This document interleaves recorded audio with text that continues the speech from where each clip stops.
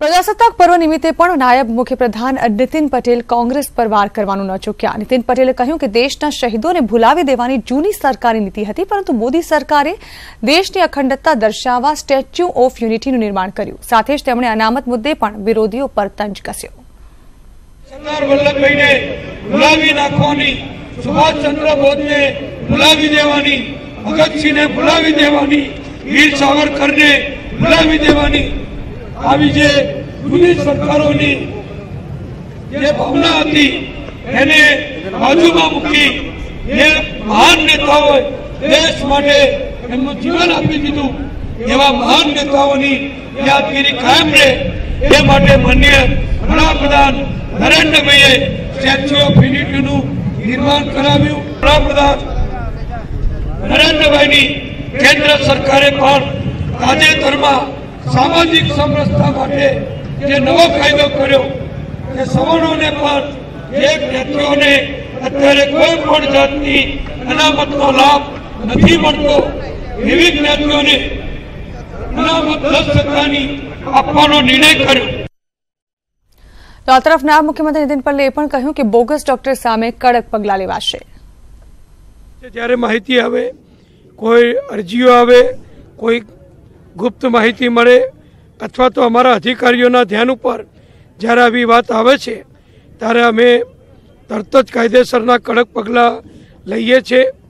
अने राजकोट में आपे जे वात करी ए प्रमाणे राजकोट में जे गैरकायदेसर प्रेक्टिस करता आरोग्यनी सेवाओ आपता लोको पकड़ाया छे एमनी सामे पण कार्यवाही चालू करी देवामां आवी छे। આ તરફ સ્વાઇન ફ્લૂ મામલે પણ નીતિન પટેલે નિવેદન આપ્યું। સ્વાઇન ફ્લૂને લઈને સરકાર સતર્ક હોવાનું તેઓએ જણાવ્યું। તો સાથે જ કહ્યું કે લોકોમાં પણ આ રોગ અંગે જાગૃતિ જરૂરી છે। શંકાસ્પદ કેસ જણાય એમની ટેસ્ટની જે લેબોરેટરીની પ્રક્રિયા છે એનો પણ વિનામૂલ્યે લેબોરેટરી ટેસ્ટ રાજ્ય સરકાર તરફથી કરવામાં આવે છે અને દર્દીઓ જો સમયસર સારવાર માટે આવી જાય તો એમને કોઈ પણ જાતની શારીરિક જોખમ રહેતું નથી।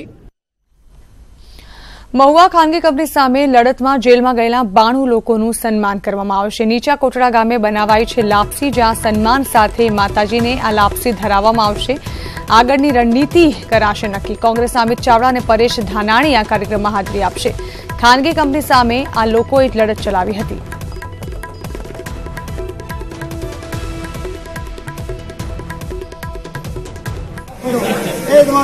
મહુવા તાલુકાના અલ્ટ્રાટેક નજીકનો જે માઇનિંગનો એક વિરોધ ચાલી રહ્યો છે એ વિરોધને લઈને 92 લોકોને જેને જેલમાં પૂરવામાં આવ્યા હતા, 307 જેવી ગંભીર કલમો લગાડવામાં આવી હતી। ત્યારે આજે ગ્રામ લોકો દ્વારા આ 92 લોકોનું એક સન્માનનો કાર્યક્રમ ગોઠવવામાં આવ્યો છે। કાર્યક્રમની અંદર ખાસ કરીને આજે લાપસીના આંધણ મુકાણા છે। લાપસી જે છે માતાજીને ધરવામાં આવશે અને આ અલ્ટ્રાટેકની જે માઇનિંગનો વિરોધ છે તે આગળ જતાં કેવી રીતે રોકવી તે અંગેનો એક રણનીતિ તૈયાર કરવામાં આવશે। આપણી સાથે આંદોલનના મુખ્ય પ્રણેતા કહી શકાય તેવા એક ભરતભાઈ ઉપસ્થિત છે। આપણે તેમને પૂછીશું કે ભરતભાઈ, આ લાપસીનું જે કારણ છે શું છે? લાપસીનું કારણ જ્યારે આખી ઘટના બની, અમે જ્યારે જતા હતા અહિંસક રીતે અને સરકાર અને કંપનીના કહેવાથી પોલીસે જે આ વિસ્તારના ભાઈઓ બહેનો બાળકો ઉપર જે અત્યાચાર કર્યો, જે ગુજરાતમાં અત્યાર સુધીમાં કોઈ ઉપર નથી થયો, અને અત્યાચાર કર્યા પછી પણ એ એક સાથે 92 અને ત્યાર પછી બીજા 13 લોકો ઉપર જે 307 જેવી ગંભીર કલમ લગાવી અને એ 92 લોકોને જેલમાં રાખવામાં આવ્યા। 10 દિવસ સુધી જેલમાં રહ્યા। એ સમય દરમિયાન આખા વિસ્તારના લોકોએ બંધ પાડ્યો હતો અને અલ્ટ્રાટેક માઇનિંગને અહીંથી દૂર કરવા માટે આખો દિવસ રાત દિવસ બધાએ ખૂબ મહેનત કરી અને અમને લોકોને કંઈ ન થાય, જે 92 લોકોએ આમાં જે ભોગ આપ્યો છે, જેલમાં જ ગયા છે ધરતી માતાને બચાવવા માટે, તો એ લોકો છૂટી ગયા। એ માટે માતાજીને લાપસી માનવામાં આવી હતી અને એ લાપસી માનવાનું એકમાત્ર બીજું કારણ એ પણ છે કે આ વિસ્તાર અમારી જીવાદોરી સમાન છે। ત્યારે અમે સરકાર કે કંપની એવું માનતી હોય કે એ આવો અત્યાચાર કરીને અમારા મનોબળને તોડી શકશે, તો એમાં એ લોકો નિષ્ફળ ગયા છે। એટલે એના માનમાં આગામી સમયમાં અહીંથી કંપનીને કાયમી ધોરણે કઈ રીતે રદ કરવામાં આવે એવા માતાજી પાસે આશીર્વાદના હેતુથી અને આ વિસ્તારના લોકો વધુને વધુ જાગૃત થાય, સરકાર અમારી વાત સાંભળે, એ માટે આ લાપસીનું આયોજન કરવામાં આવ્યું છે।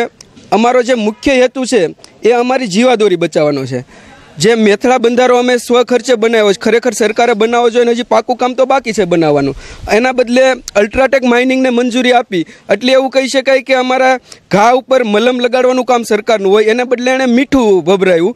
અને એને કારણે આ વિસ્તારના બાળકોથી માંડી અને વડીલો, ભાઈઓ, બહેનો સંપૂર્ણ લોકો વિરાજમાં છે. અમે કોઈ વ્યક્તિ સામે બદલો લેવા માટે કે રાજકીય હેતુ માટે આ આંદોલન નથી કરતા. અમારી મુખ્ય પહેલાં 2 માંગણી હતી અને હવે અમારે એ માંગણીઓ વધીને 4 થી 5 થઈ છે કે આ વિસ્તારમાંથી અલ્ટ્રાટેકને કાયમી ધોરણે દૂર કરવામાં આવે.